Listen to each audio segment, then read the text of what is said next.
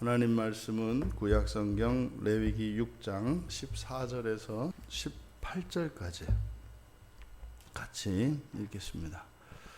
소제의 규례는 이러하니라. 아론의 자손은 그것을 제단 앞 여호와 앞에 드리되 그 소제의 고운 가루 한 움큼과 기름과 소제물 위에 유향을 가져다가 기념물로 제단 위에서 불살라 여호와 앞에 향기로운 냄새가 되게 하고 그 나머지는 아론과 그의 자손이 먹되 누룩을 넣지 말고 거룩한 곳 회막들에서 먹을지니라.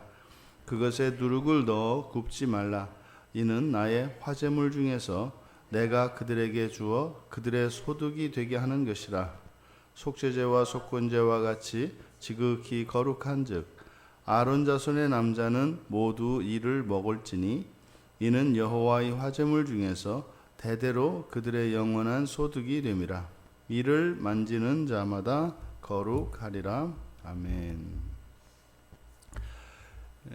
이제 여호와께 드리는 이 소제가 제사장들에게는 이제 어떠한 의미가 되겠는가?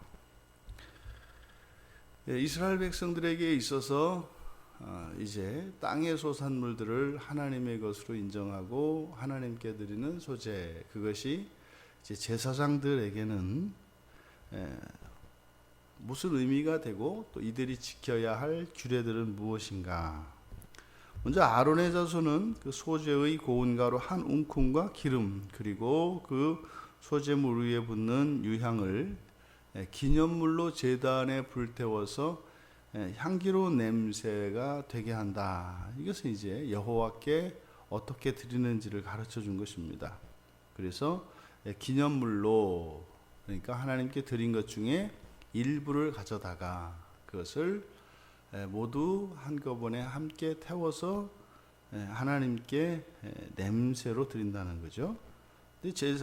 이스라엘 자손들이 드리는 것이고, 그래서 제사장들이 해야 되는 일은 그것이 향기로운 냄새가 되게 하는 것입니다. 그러니까 백성들이 가져온 온전한 소제물, 그것이 또한 제사장들의 손에 의해서 하나님이 받으실 만한 향기로운 냄새가 되어야 합니다. 그러니까 단순히 백성들이 가져온 이 제물로 하나님께 드리는 이 제물이 그저 무조건 하나님께서 받으시는 것이 아니라 바로 그 중보자 역할을 하는 제사장들의 이러한 중요한 사명이 있다는 것. 제사장들이 이것을 온전히 이행하지 못하면 백성들이 하나님께 온전히 제사를 드릴 수 없다는 사실을 가르쳐 줍니다. 그리고 이제 그 나머지 하나님께 드린 기념물로 드린 그 소제물을 제외한 이제 그 나머지는 아론과 그의 자손들이 먹습니다. 그런데 18절에 보면 다만 아론 자손의 남자만 먹습니다.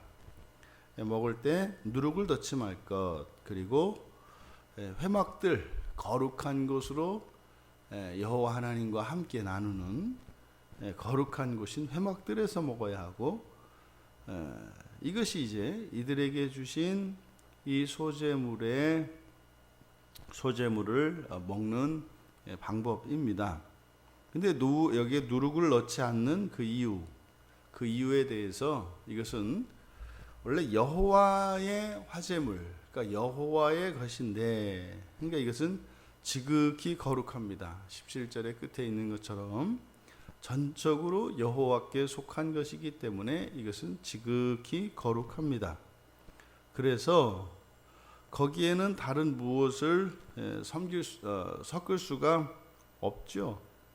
그래서 이 소제물은 하나님의 것을 대신 돌려서 제사장들로 하여금 먹게 하는 것이기 때문에 하나님께서 주시는 그대로 먹어야 합니다. 이것은 마치 우리가 성경의 이 성경 말씀, 우리가 생명의 양식이라고 하는 하나님의 말씀을 그것을 섞거나 빼거나 거기에 가감할 수 없는 것처럼 바로 하나님이 주시는 그것은 주시는 그대로 있는 그대로 먹어야 하는 것을 나타냅니다. 그리고 조심할 것은 이들에게 돌아오는 이 몫으로 돌아오는 소재물은 일반인들이 드리는 소재의 경우에 한하는 겁니다. 그래서 일반인들이 드리는 하나님께 드리는 그 소재물, 그것에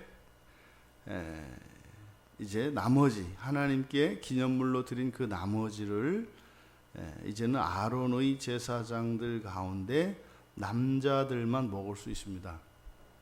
그러니까 첫 소산물이나 그리고 화목제물은 남녀를 구별하지 않습니다. 그것은 모두 함께 다 먹습니다. 하지만 이 소재의 경우에 남자들만 먹도록 하는 것은 이 소재가 곡식으로 드리는 이렇게 이 제사가 이게 사람 내 눈으로 보아서는 동물을 제물로 드리는 피제사에 비해서 굉장히 좀 소홀히 여겨질 가능성이 많습니다. 그래서 이 소재가 결코 이런 속죄제나 속건제에 미치지 못하는 그런 제사가 아니라 똑같이 거룩한 제사인 것을 가르쳐 주기 위해서 바로 이 소재물에 남은 것은 제사장 역할을 할 수 있는 남자만 이것을 먹게 되어 있습니다. 그러니까 이때 남자는 뭐 현재 제사장이거나 또 앞으로 제사장이 될 남자 어린이를 포함해서 이제는 직분을 내려놓았지만 과거에 제사장이었던 사람, 그 남자들만 먹게 합니다. 그래서 지금 이 소재의 규례는 이러하니라 14절에 그래서 아론의 자손은 이렇게 제사장들의 소임을 이야기하고 이제 이것을 먹는 것에 대해서 이야기할 때 이 아론 자손의 남자를 규정하고 있는 것을 통해서 여기서 우리가 이 명령을 받고 있는 아론의 자손들은 누구인가를 생각해 볼 필요가 있습니다. 1차적으로 아론의 자손이 되려면 레위 지파의 자손입니다. 그렇죠? 또 레위 지파의 자손이라고 해서 모두가 아론의 자손이 아니라 그 가운데 아론의 직계 자손이어야 합니다.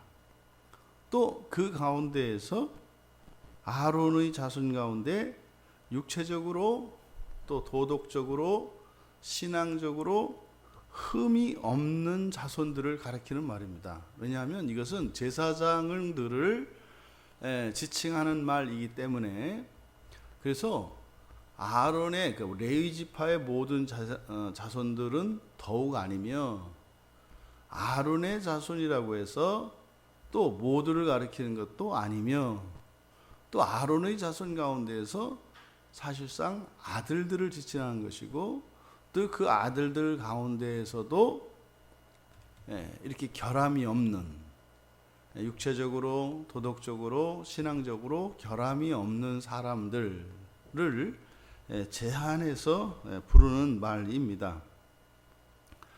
그러면 이 소재의 규례를 제사장들에게 말씀해 주셨는데 이것을 통해서 의미하는 바가 뭘까? 지금 보면 이제 강조되는 말이 16절과 17절에 누룩을 넣지 말라라고 하는 말이 반복이 됩니다. 누룩을 넣지 마라. 그래서 실제로 16절까지가 이제 이들 제사장들이 소재를 어떻게 드려야 할 것인지에 대한 구체적인 시행 지침이라면 17절과 18절에서는 이 소재의 의미가 무엇인지를 가르쳐 주고 있습니다.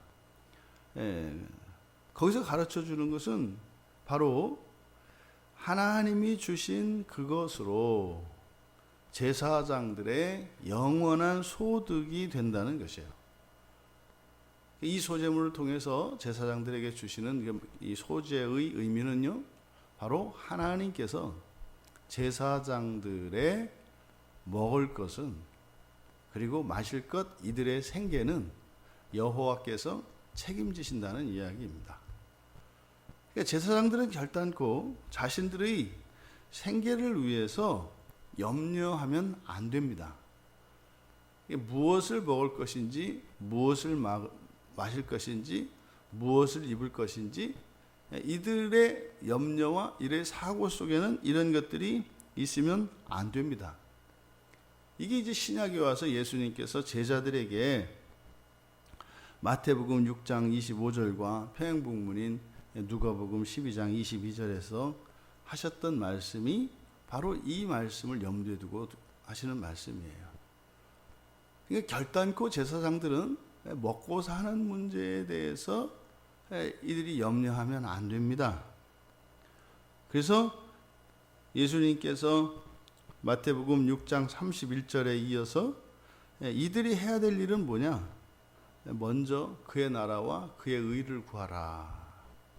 그러니까 제사장들이 해야 되는 일은 백성들이 가져온 이 제물들을 하나님이 받으실 수 있도록 거룩한 제사장이 되어 그리고 하나님께서 명하신 대로 제사를 집례하는 것입니다.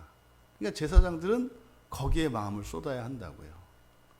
근데 사실상 이제 이스라엘의 역사에서 이 성전의 타락이 시작되는 것은 바로 이제 이 제사장들이 이런 먹거리들과 또 여기에서 이제 부를 취하려고 하는 여기에서 이제 부패와 타락이 일어나게 됩니다.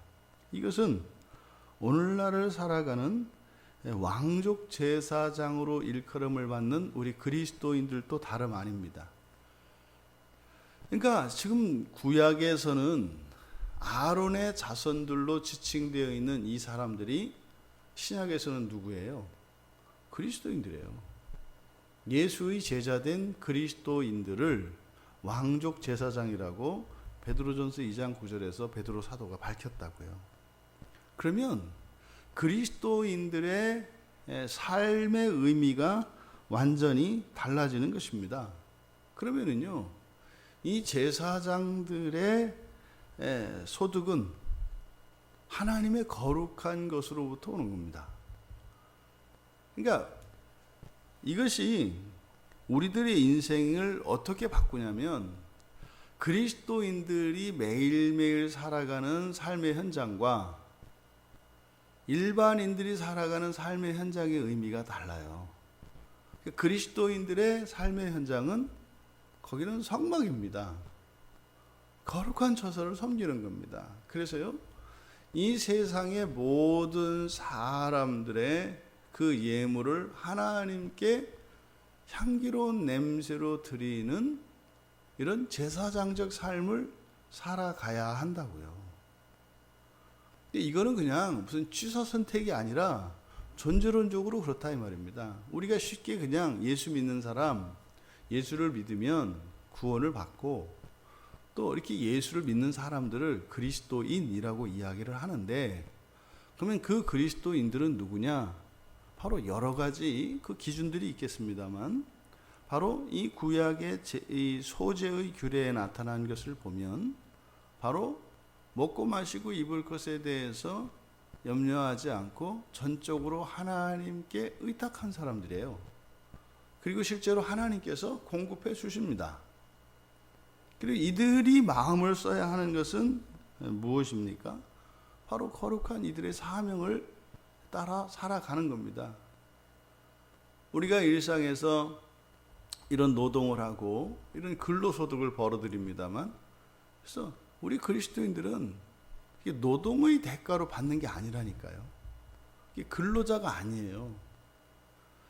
이게 법적으로는 똑같이 노동자의 지위를 부여하고, 그래서 우리가 속해 있는 그 사업장에서 맡겨진 일들을 감당을 하고 이제 회사에서 또는 나라에서 자신이 속해 있는 그곳에서 주는 그 녹봉을 형식적으로는 그렇게 받겠습니다만, 우리는 어떻게 해요?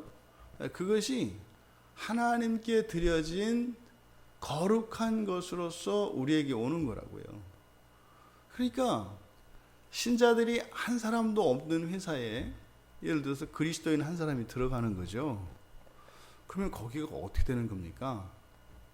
제사장이 생기는 거예요. 그러면요, 그 회사에서 벌어들이는 이 소득은요, 하나님께 드려지는 게 된다고요. 왜요? 제사장이 있기 때문입니다.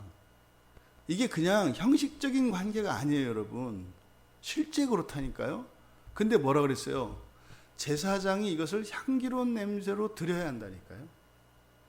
그러니까 실제로 어느 사업장에 벌어들이는 이 소득이 이게 하나님께 드려지느냐 안 드려지느냐 하는 것은 누구에게 달려 있어요? 그리스도인들에게 달려 있다니까요. 그러니까 우리들이 이렇게 그리스도인이면서 성경을 문자적으로 아무 의미 없이 받아들이니까 우리들의 삶에 무게감이 없는 거예요. 그러니까 결단코 어디에 소속돼서 월급을 받는 것이 아니라, 그러니까요, 기본적으로 우리에게 맡겨진 일들이 우리들에게는 제사장으로서 섬기는 일이라고요. 그럼 왜 이 세상이 이렇게 자꾸 타락하고 왜 이렇게 망가질까요? 제사장들의 타락이라니까요. 우리가 인생을 살아가며 행하는 이 모든 일들의 성격이 무엇인지 알아야 하고 우리들이 해야 하는 일이 무엇인가를 여러분 잘 기억해야 합니다. 베드로전서 2장 5절에 보면 그렇게 돼 있어요. 너희도 산돌같이 신령한 집으로 세워지고 예수 그리스도로 말미암아 하나님이 기쁘게 받으실 신령한 제사를 드릴 거룩한 제사장이 될지니. 이게 오역입니다. 이게 이제 오역된 부분인데, 이것은 이렇게 되는 게 아니라, 이거를 이제 다시 번역을 하면 이렇게 됩니다. 하나님이 기쁘시게 받을 만한 영적인 제사를 드릴 거룩한 제사장을 위하여. 이때 거룩한 제사장은 누구겠어요? 예수님이세요. 예수님. 산돌. 산돌이신 예수 그리스도. 바로 예수 그리스도가 십자가에서 이렇게 죽으실 때 이것을 지금 이 구약에 나타난 5대 제사 전체를 이제 나타내는 거거든요. 그때 제물도 되시고 또 뭡니까? 제사장도 되시잖아요. 근데 그 제사는 어디서 드려요? 성전에서, 성막에서 드리잖아요. 근데 그 성전이 누구라는 거예요? 우리 그리스도인들이라는 거예요. 지금 2장 5절에서 얘기하는 것은 바로 이 이야기입니다. 그래서 그 거룩한 제사장을 위하여 영적인 집으로 세워져 가고 있다. 이렇게 얘기를 하거든요. 베드로전서 2장 5절에서. 그러니까 우리들이 살아가는 이 삶은 바로 그 성막은 예수 그리스도의 지상의 현현의 모형이라고 말씀을 드렸습니다. 근데 그것은 곧 또 뭐예요? 우리의 맏형으로 그리고 우리의 원형으로서의 예수 그리스도시라면 그 뒤를 따라 살아가는 우리 그리스도인들의 모형이기도 한 거예요. 그것을 베드로전서가 뭐라고요? 그렇게 거룩한 제사장을 위하여 바로 지어져 가는 영적인 집. 이게 이제 우리 인생이라는 겁니다. 우리들 그리스도인들 한 사람 한 사람이 이것을 우리가 요즘 뭐라고 이야기를 합니까? 완전한 하나님의 자녀 되어가는 것. 근데 이 제사법에서는 무엇의 역할을 한다고요? 성막이 된다고요. 그 제사를 드릴 수 있는 그 제사장이 어디서 제사를 드려요? 성막에서 드린다니까요. 근데 그 성막이 누구라고요? 우리 한 사람이에요. 우리들 한 사람 한 사람이 그렇게 제사가 드려지는 그 성막이고 거룩한 성전, 이것을 여러분들은 성전이라고 하잖아요. 그런데 또한 우리들은 그렇게 성전으로서 지어져 갈 뿐만 아니라 바로 뒤에 2장 9절에서 또 우리의 일상생활에서는 우리가 제사장이래요. 그럼 우리가 제사를 드리는 것은 어디입니까? 우리들의 삶의 영역인 거예요. 예수 그리스도는 성막인 우리 안에서 하나님이 기쁘시게 받을 제사를 드리시고, 그때는 우리가 집이라고요. 성전이라고요. 그러니까 우리가 성전일 때는 예수 그리스도께서 제사장이세요. 근데 이제는 또 성전인 우리가 이 세상에서는 제사장이 됩니다. 그러면 우리가 드리는 제사는 어디서 드려요? 우리의 삶의 현장에서 드린다고요. 이 교회에서는요, 이제 목회자들이 그 역할을 하는 거죠. 그럼 가정에서는요, 가장들이 그 역할을 하는 거예요. 일터에서는요, 여러분들이 그 역할을 하는 거예요. 만약에 구약에 이 제사가 드려지지 않는다면 속죄가 있습니까? 없습니까? 없어요. 그럼 가정 안에서 이 제사가 이루어지지 않으면 속죄가 있습니까? 없습니까? 없어요. 교회 안에서 목사들에 의해서 이런 온전한 예배가 드려지지 않으면 속죄가 있습니까? 없습니까? 없어요. 일상 삶의 영역에서 우리의 일터 가운데서 그리스도인들에 의해서 온전한 제사로 하나님께 향기로운 냄새로 드려지지 않으면 속죄가 있습니까? 없습니까? 없어요. 형식적인 그리스도인이 있습니다. 그럼 형식적인 그리스도인이 몸담고 있는 어떤 일터가 있습니다. 근데 거기에 온전한 제사가, 온전한 예배가 없어요. 하나님과 상관없는 겁니다. 그럼 각 가정 안에서 가장에 의해서 이 제사가 온전히 드려지지 않아요. 그러면요, 그 가정은 온전해질 수 없습니다. 속죄가 없어요. 교회는요, 이런 목회자들에 의해서 온전한 예배가 드려지지 않으면 속죄가 없어요. 우리가 앞에 제사에서 살펴보았지만 죄는요, 개인적인 죄와 공동체의 죄가 함께 속죄되어야 한다 그랬죠. 우리들 개인만 신앙생활 바르게 하면 된다? 아니라니까요. 예수 그리스도는 완전하세요. 예수 그리스도는 완전하시다고요. 십자가에서 죽으신 그리고 부활하신 그분은 완전하신 참 하나님으로서 대제사장 가운데 대제사장으로서 그리고 모든 인류의 죄를 속하실 수 있는, 그리고 화목제가 될 수도 있고 소제물도 되어주실 수 있고 속건제물도 되어주시는 완전한 제물로서 또 예수 그리스도이세요. 그분은 완전하세요. 근데 그분이 제사를 드리려면 성전이 있어야 한다니까요. 성전이 누구예요? 우리라니까요. 그래서 우리들이 완전한 하나님의 자녀로, 그런 성전으로 제사를 드릴 수 있는 성전이 되어져야 한단 말이에요. 그냥 믿습니다 아멘 아니라니까요. 믿음으로만 구원에 이르는 것 틀림없습니다. 근데 이 구약의 율법을 따르면 말입니다, 구체적으로 어떻게 속죄가 이루어지고 어떻게 우리가 완전한 구원에 이르게 되는 것인지를 알 수 있단 말이에요. 그러니까 우리가 왜 가정 예배를 드려야 하고 왜 직장 예배를 드려야 하는지, 이게 바로 속죄의 문제 때문에 그렇다 이 말이에요. 속죄의 문제 때문에. 우리 그리스도인들의 인생이라는 것은 그겁니다.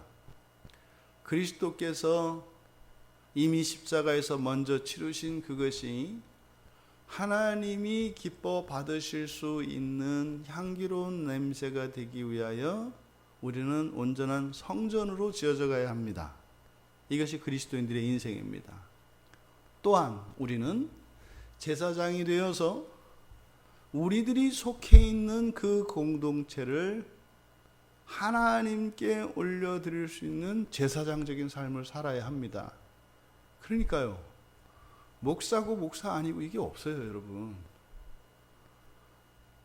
목사는 분명히 또 그런 신분을 가집니다. 특별히 말씀에 대한 부담이 있죠. 일반 성도들은요, 삶의 현장에 대한 부담이 있습니다. 근데 그것이 떨어져 있습니까? 떨어져 있지 않다고요. 말씀을 온전히 전하고 또 그 말씀을 세상에 퍼뜨리는 그 일이 함께 상호 협력하에 일어나는 거죠. 지금 이 소제물을 통해서 제사장들에게 주신 의미, 그냥 단순히 이 제사장들은 뭐 일 안 해도 된단다 그냥 백성들이 가져오는 그저 그 소제물 중에서 남은 거 그냥 그것만 대신 조심할 것은 거기다가 뭐 향신료 치지 말고 그대로 먹으라는 거다, 이 얘기가 아니죠. 이것은 이 세상의 구원에 대한 속죄에 대한 굉장히 중요한 원리를 담고 있어요.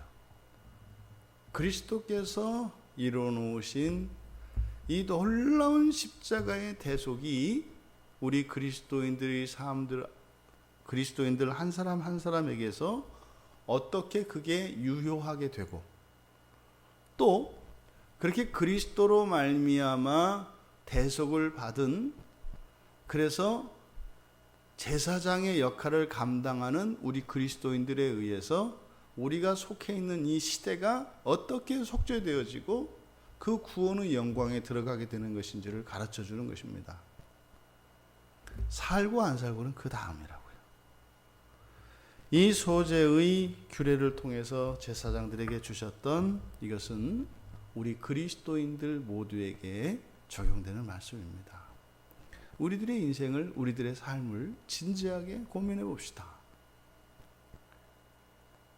우리는 그리스도께서, 그 거룩한 제사장이신 그리스도께서 제사를 드릴 수 있는 성전으로 지어져 가며 살아갑니다.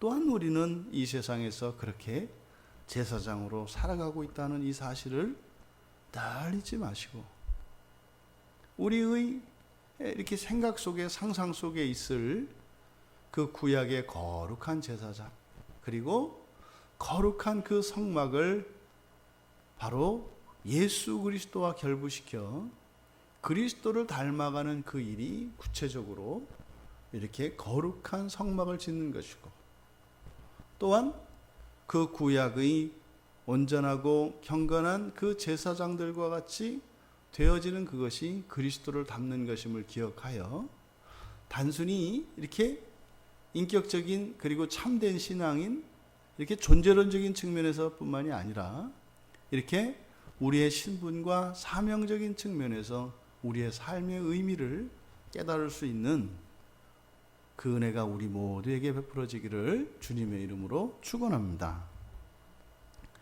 존귀하신 하나님, 이 소재의 규례를 통해서 저희들의 인생의 무게를 다시 한번 생각해 보게 되었습니다.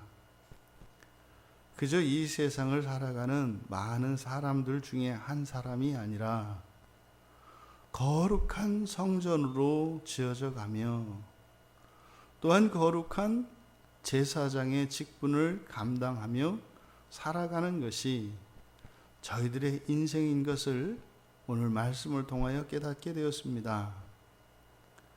저희들의 삶을 살아가며 좀 더 힘을 내고 좀 더 거룩함을 추구하며 진중한 삶을 살게 하여 주시고, 그래서 온전한 그 대속의 은혜와 또한 이 세상을 속죄하는 거룩한 삶을 살게 하여 주시옵소서. 감사하며 예수님의 이름으로 기도하옵나이다. 아멘.